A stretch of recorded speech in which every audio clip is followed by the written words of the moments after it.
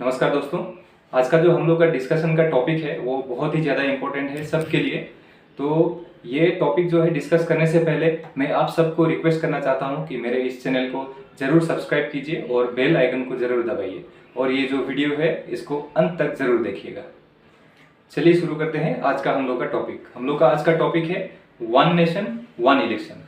अभी तक हमारे देश में इलेक्शंस बहुत तरीके के होते हैं, जैसे लोकसभा इलेक्शन हो गया या फिर स्टेट लेजिस्लेटिव असेंबली का जो स्टेट का इलेक्शन हो गया, उसके बाद जो गांव पंचायत या फिर म्यूनिसिपल बोर्ड लोकल बॉडीज़ के जो इलेक्शंस हो गए। तो बहुत प्रकार के हमारे देश में इलेक्शंस होते हैं।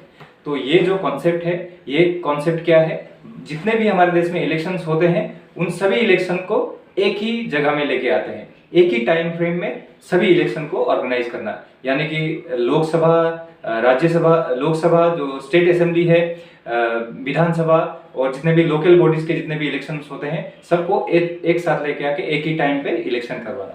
आइए डिस्कस करते हैं वन नेशन वन इलेक्शन के एडवांटेजेस, यानी कि जो सकारात्मक बातें हैं उसके बारे में। हमारे देश में जो विभिन्न प्रकार के इलेक्शंस होते हैं, तो वो इलेक्शंस में हमारे देश का जो अर्थनीति है, जो इलेक्शन को ऑर्गेनाइज करने के लिए जो पैसा इन्वेस्ट होता है, वन नेशन वन इलेक्शन होने से एक साथ अगर एक टाइम में अगर इलेक्शन होगा सभी बॉडीज का, तो फिर वो जो कॉस्ट है, कॉस्ट ऑफ इलेक्शन ऑर्गेनाइजेशन करने के लिए जितना भी कॉस्ट लगता है वो कम हो जाएगा।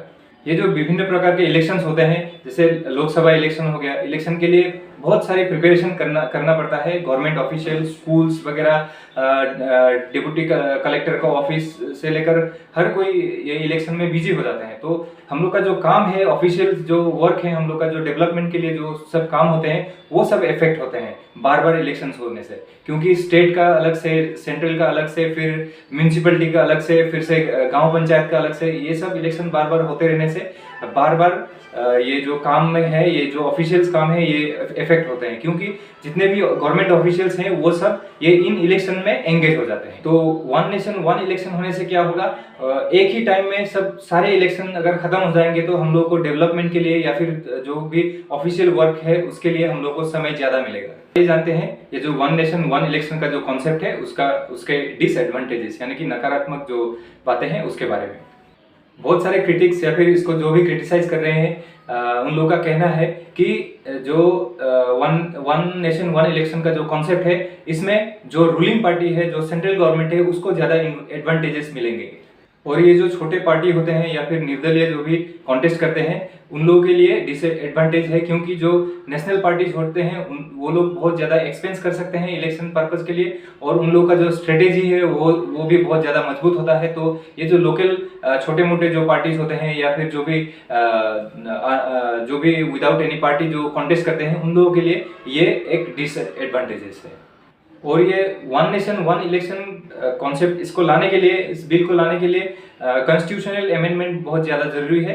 तो अभी हम लोग के इलेक्शंस जो हैं, लोकसभा इलेक्शन 2024 में आने वाले हैं, तो इतने शॉर्ट पीरियड में जो कॉन्स्टिट्यूशन का अमेंडमेंट है वो पॉसिबल नहीं लग रहा है। गवर्नमेंट ने 18 से 22 सितंबर के लिए एक स्पेशल सेशन बुलाया हुआ है पार्लियामेंट में इस बिल को डिस्कस करने के लिए और इस बिल को प्रेजेंट करने के लिए। ये जो one nation one election bill जो है वो अभी तक उसमें क्या होगा क्या नहीं होगा वो अभी तक क्लियर नहीं है। अभी वो बिल का जो ड्राफ्ट है वो आने के बाद ही पता चलेगा कहाँ कहाँ पे क्या क्या चेंजेस होंगे।